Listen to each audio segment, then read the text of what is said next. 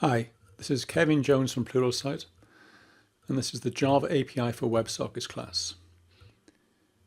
In this chapter, we're going to do an introduction to WebSockets. We're going to take a look very briefly at what the Java API for WebSockets is, and we'll also take a look very briefly at the code we'll be building during the rest of the class. So what are WebSockets? WebSockets allow for full duplex communication between browser and server. What that means is that as well as the browser sending the server data, the server can also send the browser data.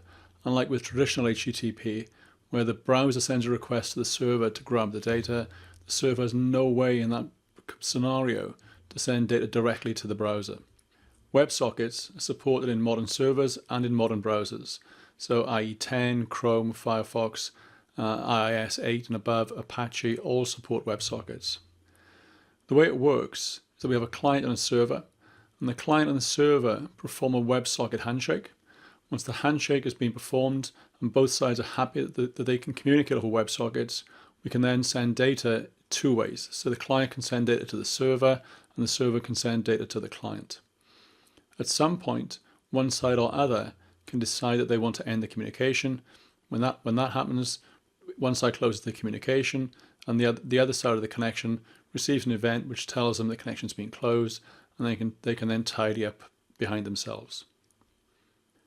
The Java API for WebSockets, this is part of JEE since version 7. This is an API that lets us create a WebSocket server. So we can run code like this inside, for example, Tomcat or Jetty or any sort of standard Java JEE server. It allows us to create what's called an endpoint, and we can create that endpoint in one of two ways.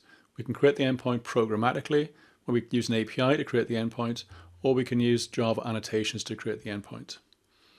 The API allows us to send both text and binary data. It also allows us to use Java types in the server and convert those Java types into, say, JSON that we can send to the client, and then any JSON we receive back from the client we can convert back to Java types within the server. And that makes writing code for the API for WebSockets very, very easy. We simply use the built-in Java types. It also supports something called URI templates, which allow us to configure the URIs the server can receive and then change the routing of those requests depending on the incoming URI.